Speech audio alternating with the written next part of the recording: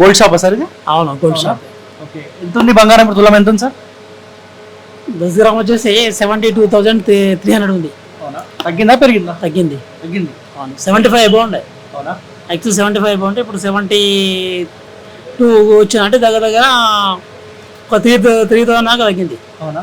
అవును సార్ ఇప్పుడు రేవంత్ అధికారంలోకి వచ్చింది, కాంగ్రెస్ పార్టీ వచ్చింది, కేసీఆర్ పోవాలి మార్పు రావాలని కూడా ఆ గ్యాప్లో ఆప్షన్ కాంగ్రెస్ పార్టీ అయితే కాంగ్రెస్ పార్టీ అధికారంలోకి వచ్చింది, అంతేనా?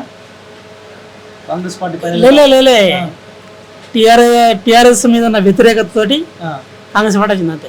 అదే కేసీఆర్ పైన వ్యతిరేకత ఉంది, కాంగ్రెస్ కనిపించింది ఇక, అంతే అంతే కదా. అంతే, ఏదో కాంగ్రెస్ ఏదో చేస్తాను ఏం ఊహించలేదు, ఏమి ఊహించలేదు. అసలు కాంగ్రెస్ వస్తాను అసలు ఎవరు ఊహించలేదు. 6 గ్యారెంటీలు ఇచ్చింది రేవంత్ రెడ్డి, అమలు అవుతున్నాయి సార్? 100 రోజుల్లో అమలు అయితే ఏం చెప్పింది? ఇవాళ మా ఫ్రెండ్ సర్కిల్ కూడా నేను వాట్సాప్లో పెట్టిన ఒకటి, అటల్ బిహారీ వాజ్పేయి ఏమో తెలుసా, ఉచితాలు వ్యవస్థ ఉన్నట్టు విద్య వైద్యం తర్వాత ఇంకేమన్నాడు, న్యాయం, ఈ 3 ఇవి మామూలు జనాలకి ఫ్రీ రావాలి, అంతే. వేరే ఉచితాలు ఎన్ని రోజులు వస్తుంటాయో అన్ని రోజులు మన వ్యవస్థ ఆర్థిక వ్యవస్థ బాగుపడదు, మన తెలంగాణ బాగుపడదు, ఏది అంటే ఇంకా ఏ రాష్ట్రం ఇచ్చినా కానీ ఆ రాష్ట్రం బాగుపడదు అన్న విషయం క్లారిటీ చెప్పిండు ఓలో వాజ్పేయి. ఈ రోజు దాన్ని వాట్సాప్లో యూట్యూబ్లో చూసి వాట్సాప్లో మా ఫ్రెండ్ సర్కిల్ చాలా మందికి పెట్టాను. ఇది ఈ ఉచితాలే చాలా డేంజర్ అంటారు, చాలా డేంజర్.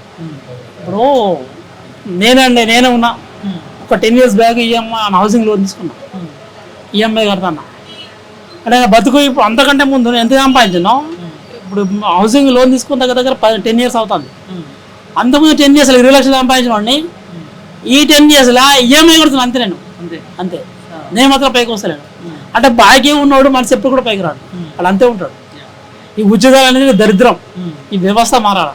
ఉచితాలకే పబ్లిక్ తెలియలేదు, ఇంకా పబ్లిక్ తెలివి వస్తాయి, ఇంకా తెలివి వస్తలేదు, తెలివి రావాలి జనాల లోపల, బాగా తెలివి రావాలి. వాడు ఉచితం ఇస్తున్నాడు, ఏ రకంగా ఇచ్చి ఎంత రకంగా. ఇప్పుడు రోడ్డు మీద గుంతలు ఉంటాయి అక్కడక్కడ, ఆ గుంతల గురించి కేర్ తీసుకుంటాం. ఎవడన్నా హైవే ఉంటుంది, 100 స్పీడ్లో పోతుంటాం, నడి రోడ్డు మీద ఇంత బొంద ఉంటుంది, అర్ధగజం బొంద ఉంటుంది. ఆ బొందలు డబ్బులుగా పడ్డా అనుకో, దాని బండి హాలత్ ఏమవుతుంది, నడిపించిన పరిస్థితి ఏంది, బండి పరిస్థితి ఏంది, ఎందుకు ఇట్లాంటి వీటి మీద శ్రద్ధ తీసుకొని ఎందుకు గవర్నమెంట్ యాక్షన్ తీసుకోవట్లేదు? ఇవి అవసరం లేదు, ఉచితం ఉచితం ఉచితం అంటే ఉచితానికి డబ్బు సరిపోయిన తర్వాత ఇట్లాంటి చేయడానికి ఏముంటుంది? సరే, ఎంపీ ఎలక్షన్స్ రాబోతున్నాయి, నిజామాబాద్ పార్లమెంట్ పరిధిలో ఈ కోరుట్ల వస్తుంది. 3 అభ్యర్థులు ఉన్నారు, అరవింద్ ఉన్నాడు, జీవన్ రెడ్డి, బాలరెడ్డి గోవర్ధన్. ఏమనుకుంటు పబ్లిక్ ఎవరు గెలిస్తే బాగుంటుంది అనుకుంటారు? నేను మాత్రం బీజేపీ ఓటేస్తా. రీజన్ ఏంటి సార్? రీజన్ ఏంది? రీజన్ నేను హిందువులు కాబట్టి, అంతే. ఇవి హిందూ పార్టీలు కదా, Congress party and BRS party వాళ్ళు కూడా హిందువులు. కాంగ్రెస్ పార్టీ ముస్లిం పార్టీ కదా, కాంగ్రెస్ పార్టీ ముస్లిం పార్టీ కదా అనిపిస్తావా? ముస్లిం పార్టీ కదా అని. ఇప్పుడు బీజేపీ పార్టీ హిందూ ముస్లిం అదే చిచ్చు పెడుతుంది అంటారు. బీజేపీ పార్టీ హిందూ ముస్లిం అదే చిచ్చు పెడుతుంది. అవునా? అంటే పాకిస్తాన్లో హిందువులు బతుకుతున్నారు కదా, ఆస్ట్రేలియా అమెరికాలో హిందువులు బతుకుతున్నారు కదా, వాళ్ళే బతుకుతున్నారు, ఇప్పుడు వీళ్ళు కూడా అట్లా బతుకుతారు, అంతే.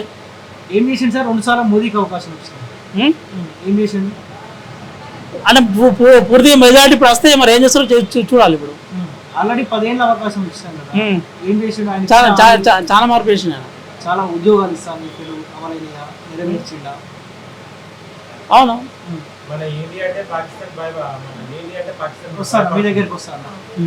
ఈ 3 అభ్యర్థులలో అరవింద్ గెలిచే అవకాశం అనిపిస్తుంది మరి మీరు అన్నట్టు? అవును.